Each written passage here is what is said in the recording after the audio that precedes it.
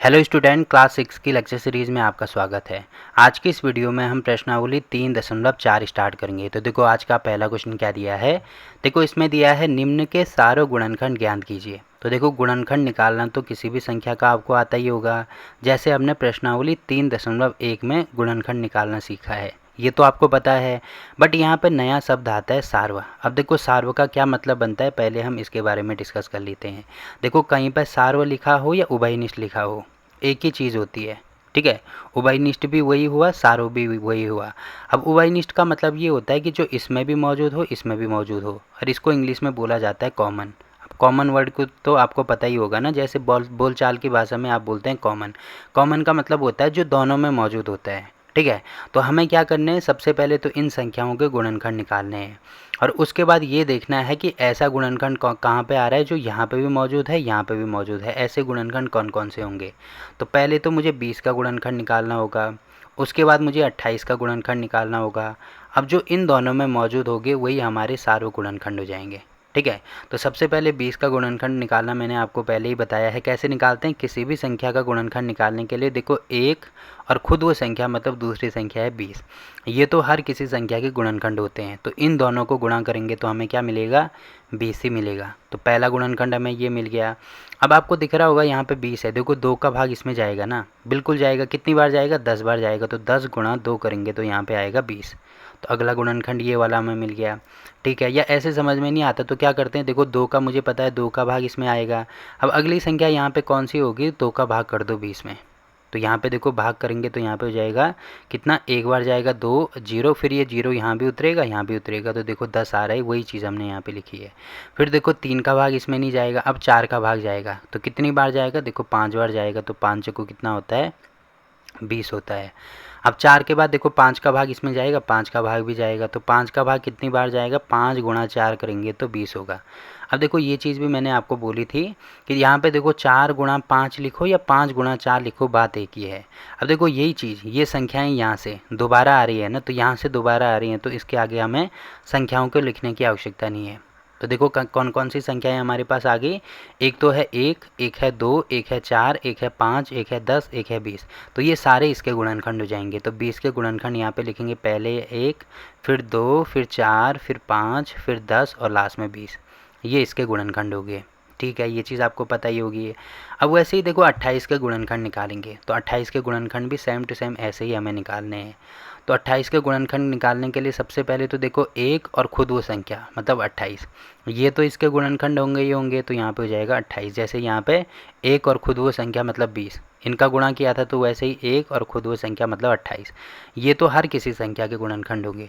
उसके बाद देखो इसमें 2 का भाग जाएगा क्या, बिल्कुल जाएगा। और अगली संख्या 2 में क्या गुणा करूँ कि मुझे 28 मिले, तो देखो मुझे 14 का गुणा करना पड़ेगा ना। फिर आपको ये समझ में नहीं आता कि यहाँ पे किससे गुणा किया जाता है, तो जो संख्या यहाँ पे आ रही है उसका भाग कर दो। अब 14 ही आएगा तो यहाँ पे हो जाएगा कितना, पहले एक बार जाएगा तो यहाँ पे होगा 2, फिर 0 8 उतारेंगे तो यहाँ पे हो जाएगा 4 दूनी 8। देखो 0 आ रहा है, यहाँ पे 14 आ रहा है, इसीलिए यहाँ पे 14 लिखा, ठीक है।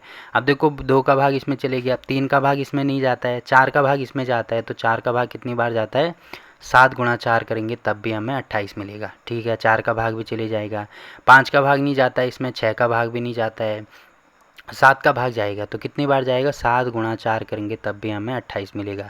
अब देखो यहाँ पे आपको दिख रही होगी यही चीज़ दोबारा रिपीट हो रही है ना, 4 गुणा 7 लिखो या 7 गुणा 4 लिखो, बात एक ही है। तो यहाँ से संख्याएं दोबारा आ रही हैं, तो इसके आगे हमें संख्याओं लेने की आवश्यकता नहीं है। तो 28 के गुणनखंड आगे देखो, एक तो होगा एक होगा 2, एक होगा 4, 1 2 4, उसके बाद 7, उसके बाद 14 और उसके बाद 28। तो ये हो जाएंगे किसके, 28 के गुणनखंड, ठीक है। अब यहाँ पे हमें सारों गुणनखंड निकालने हैं। सारों गुणनखंड का मतलब जो यहाँ पे भी मौजूद हो यहाँ पे भी मौजूद हो। तो देखो पहले तो एक है, एक दोनों में मौजूद है तो एक आ जाएगा एक। उसके बाद देखो 2 यहाँ पे भी है, 2 यहाँ पे भी है तो 2 भी आएगा। फिर देखो 4 यहाँ पे भी है, 4 यहाँ पे भी है तो 4 भी आएगा। तो इसके अगर मुझे सारों गुणनखंड निकालने हैं तो ये वाले हो जाएंगे। आप पूरा लिख देना यहाँ पे सारों गुणनखंड, ठीक है। तो ये होगा 1 2 4। तो ये पहले का आंसर आ गया। बाकी अपने आंसर को अगर आप चेक भी करना चाहें तो कर सकते हैं। तो देखो यहाँ पे पहले पार्ट का आंसर क्या रहा है, 1 2 4, वही चीज़ हमने यहाँ पे निकाली है, ठीक है। पहला पार्ट हो गया। अब दूसरा पार्ट इसमें दिया है 15 और 25, तो ठीक है यहाँ पे मैं लिख दूँगा बी पार्ट हमें दिया है 15 और 25। तो इनके हमें क्या निकालने हैं, सारों गुणनखंड निकालने हैं। तो पहले 15 का गुणनखंड निकाल दो। तो 15 के गुणनखंड क्या क्या हो जाएंगे, यहाँ पे देखो 15 के गुणनखंड निकालने के लिए पहली संख्या तो 1 और खुद वो संख्या तो होगी ही होगी, मतलब यहाँ पे आएगा 15। अब देखो 2 का भाग इसमें नहीं जाता है, फिर 3 का भाग इसमें जाता है, तो 3 गुणा 5 करेंगे तो 5 से कितना होता है 15। अब 4 का भाग भी इसमें नहीं जाता है, फिर 5 का भाग इसमें जाता है, तो 5 गुणा 3 करेंगे तब भी कितना होगा 15 होगा। अब देखो आपको दिख रहा है यहाँ पे, देखो 3 गुणा 5 आ रहा है या 5 गुणा 3 आ रहा है, बात तो एक ही है ना। तो यहाँ से ये संख्याएं दोबारा आ रहे हैं, तो इसके आगे हमें लेने की आवश्यकता नहीं है। तो यहाँ पे कौन कौन से इसके गुणनखंड हो जाएंगे, एक तो होगा एक होगा हमारे पास 3, एक होगा हमारे पास 5 और एक होगा 15। तो ये इसके गुणनखंड हो गए। वैसे ही सेम टू सेम 25 के भी गुणनखंड निकाल दो। तो 25 के गुणनखंड क्या क्या हो जाएंगे, यहाँ पे मैं लिख देता हूँ, ठीक है। 25 के गुणनखंड एक होगा 1, दूसरा होगा खुद वो संख्या, तो यहाँ पे आएगा 25, ठीक है। उसके बाद देखो 2 का भाग इसमें नहीं जाता, 3 का भी नहीं जाता, 4 का भी नहीं जाता, फिर 5 का भाग जाएगा, तो कितना होगा 5 गुणा 5, देखो 5 पंजे कितना होता है 25। बाकी इसमें किसी का भी भाग नहीं जाएगा, 6 का नहीं जाएगा, 7 का, 8 का, 9 का, 10 का, किसी का नहीं जाएगा, तो केवल यही नंबर है। तो यहाँ पे आपको दिख रहा होगा एक संख्या हमारे पास आ रही है एक संख्या आ रही है 5। देखो 5 दो बार है तो एक ही बार लेंगे, दोबारा नहीं लेंगे हम 5 को। उसके बाद है 25, तो ये इसके गुणनखंड हो जाएंगे। अब देखो यहाँ पे अगर मुझे यहाँ पे उभयनिष्ठ गुणनखंड निकालने हैं या सारों गुणनखंड निकालने हैं, तो सारों गुणनखंड मतलब जो यहाँ पे भी हो यहाँ पे भी हो। तो एक तो आपको एक दिख रहा है, ठीक है, और एक देखो 5 यहाँ पे भी है यहाँ पे भी है, तो एक हमें 5 दिख रहा है। तो केवल ये दोनों संख्याएं ही हैं, तो ये दोनों संख्याएं हमारा आंसर आ जाएगा, जो कि आप यहाँ पे देख सकते हैं, ठीक है। तो देखो इसका दूसरा पार्ट भी हो गया। वैसे ही सेम टू सेम अगर मैं यहाँ पे तीसरा पार्ट लिखूँ, देखो तीसरा पार्ट क्या है हमारे पास 35 और 50। तो यहाँ पे मैं सी पार्ट लिख देता हूँ, 35 और 50 है। अब पहले 35 के गुणनखंड निकाल दो, यहाँ पे 50। 35 के गुणनखंड क्या क्या हो जाएंगे, यहाँ पे मैं लिख देता हूँ, ठीक है। तो 35 के गुणनखंड हो जाएंगे, एक तो होगा 1 और दूसरा होगा खुद वो संख्या मतलब 35। तो एक तो आएगा 35, ठीक है। उसके बाद देखो इसमें 2 का भाग नहीं जाता है, क्योंकि यहाँ पे स्टार्टिंग में क्या आ रहा है, एक विषम संख्या आ रही है, तो 2 का भाग नहीं जाएगा। 3 का भी नहीं जाएगा, क्योंकि इसके अंकों को 5 और 3 8, इसके अंकों को जोड़ेंगे तो अंकों को जोड़ के 3 से भाग विभाजित नहीं होती है, तो इससे भी नहीं होगी।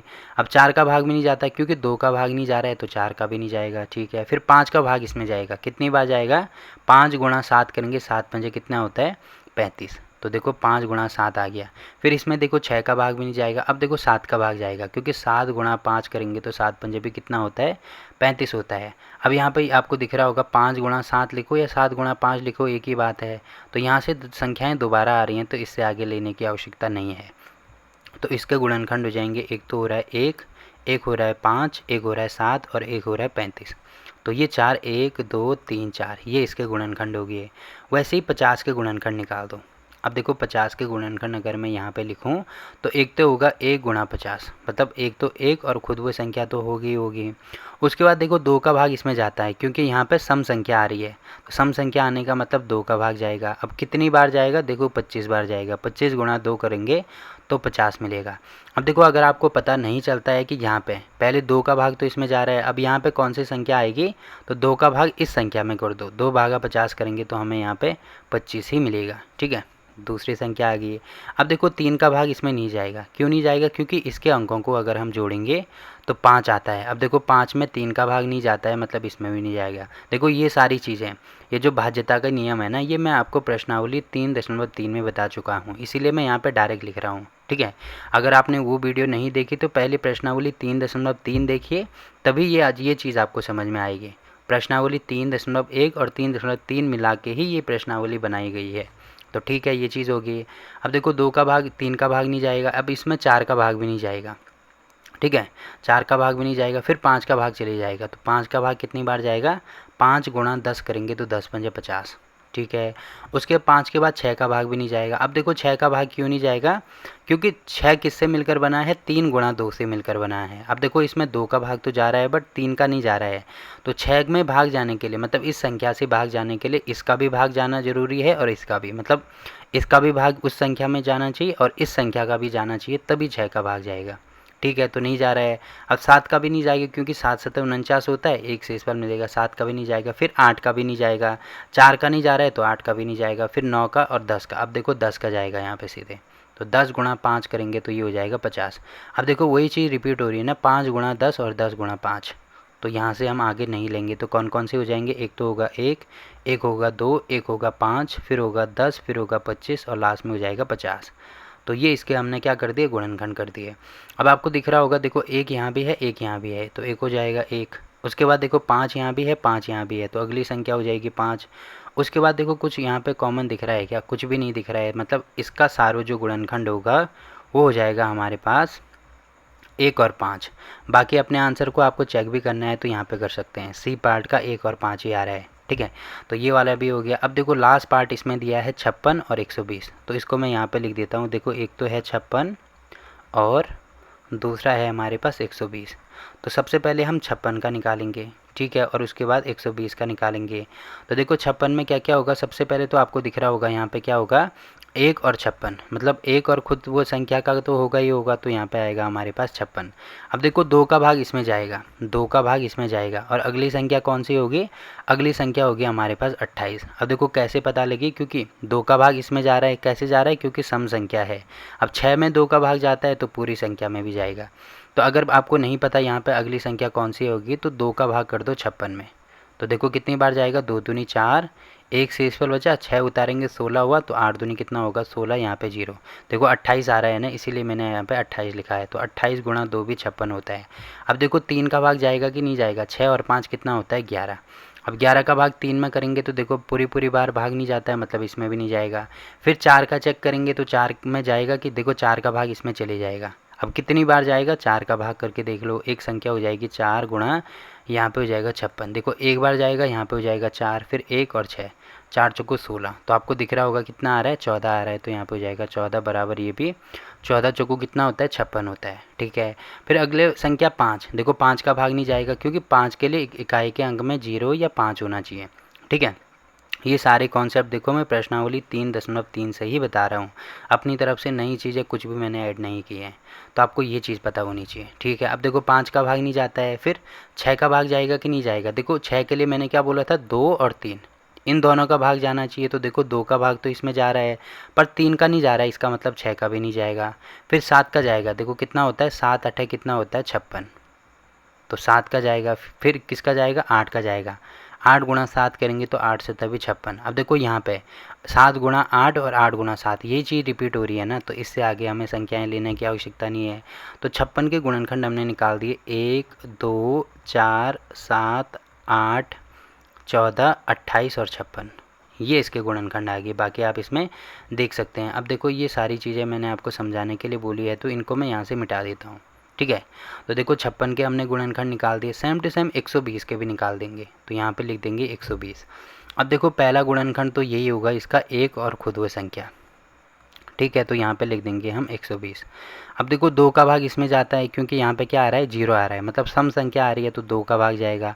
अब कितनी बार जाएगा, 2 का भाग कर दो 120 में, तो ये जाएगा यहाँ पे 6 बार, 6 दूनी 12, यहाँ पे 0।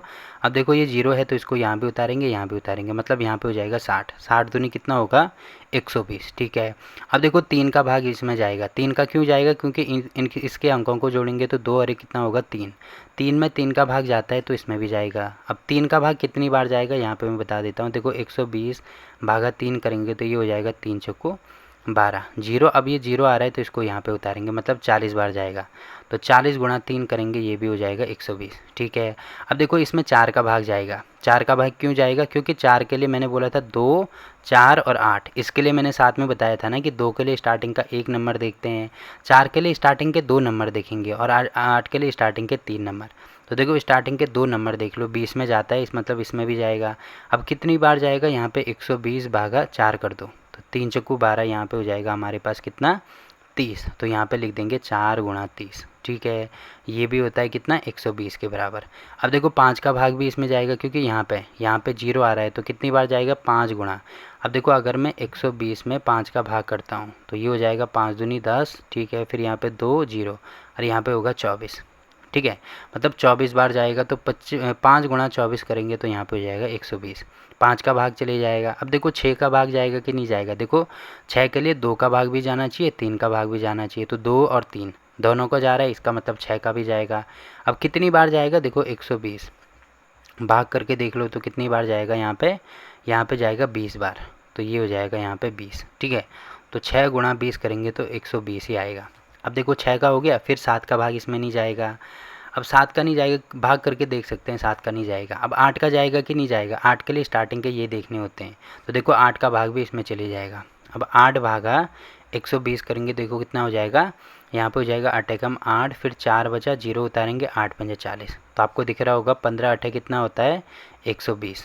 ठीक है, 8 गुणा 15 भी हो गया। अब दोबारा अगली संख्या देखो 9 का भाग जाएगा कि नहीं जाएगा, तो 9 के लिए मैंने बोला था कि इसके अंकों को जोड़ दे, तो अंकों को जोड़ के 3 आ रहा है।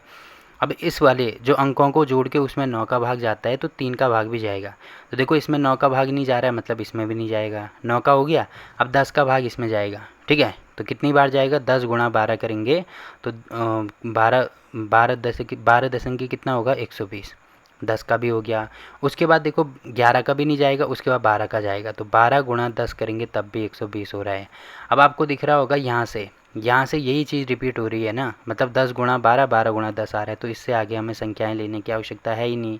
तो देखो इतनी सारी चीज़ें यहाँ पे आ गई, ये सारी चीज़ें आपको पता होनी चाहिए, तभी आप इसके गुणनखंड निकाल पाओगे। ठीक है, तो काफ़ी इंपॉर्टेंट चीज़ है, ये आपको ध्यान रखनी है या इसको आपको याद रखना है, क्योंकि एग्ज़ाम में काफ़ी बार ये क्वेश्चन पूछा गया है। तो पहली संख्या है हमारे पास 1, फिर है 2, फिर है 3, फिर है 4, 5, फिर 6, फिर 8 और फिर 10। 10 के बाद है 12, फिर 15, फिर है 20, फिर 24, फिर 30, फिर 40, फिर 60 और लास्ट में 120। देखो इतने सारे गुणनखंड इसके आ रहे हैं। अब देखो इसमें से हमें क्या निकालना है, सार्व गुणनखंड निकालना है, मतलब जो यहाँ पे भी मौजूद हो यहाँ पे भी। तो देखो एक यहाँ भी है, एक यहाँ भी है, तो पहला आ जाएगा 1, 2 यहाँ भी है, 2 यहाँ भी है, तो अगला आ जाएगा 2। अब देखो 4 यहाँ भी है, 4 यहाँ भी है, तो अगला आ जाएगा 4। उसके बाद 7 देखो यहाँ पे है बट यहाँ नहीं है। 8 देखो यहाँ भी है, यहाँ भी है, तो अगला आ जाएगा 8। उसके बाद 14 यहाँ पे मौजूद है क्या, नहीं है। 28 मौजूद है, नहीं है। 56 मौजूद है, नहीं है। तो केवल ये नंबर इसके सार्व गुणनखंड हो जाएंगे, तो यहाँ पे लिखेंगे सार्व गुणनखंड। ठीक है, पूरा लिख देना गुणनखंड, तो ये वाले हो जाएंगे। बाकी अपने आंसर को चेक भी करना है तो यहाँ पे कर सकते हैं 1 2 4 8, देखो कितना आ रहा है 1 2 4 8, यही चीज़ आ रही है ना, तो ये हमारे आंसर हो जाएंगे। ठीक है, पहला क्वेश्चन यहाँ पे कंप्लीट होता है। अब देखो अगला क्वेश्चन क्या दिया है इसमें, देखो इसमें दिया है निम्न के सार्व गुणनखंड ज्ञात कीजिए। इसमें भी हमें क्या निकालने हैं, सार्व गुणनखंड निकालने हैं। अब देखो ऊपर वाले में हमारे पास 2 नंबर थे, यहाँ पे हमारे पास 3 नंबर दिए हैं, तो सबसे पहले यहाँ पे हमें 4 हो गया, उसके बाद 8 हो गया और उसके बाद 12 हो गया, तो इनके गुणनखंड निकालने पड़ेंगे। तो देखो 4 के गुणनखंड क्या हो जाएंगे, 4 के अगर मैं गुणनखंड निकालने जाऊंगा तो पहले होगा 1 और दूसरा होगा खुद वो संख्या, तो यहाँ से 4 आएगा। उसके बाद देखो 2 का भाग इसमें जाता है, तो 2 गुणा 2 करेंगे, ये भी 4 होगा।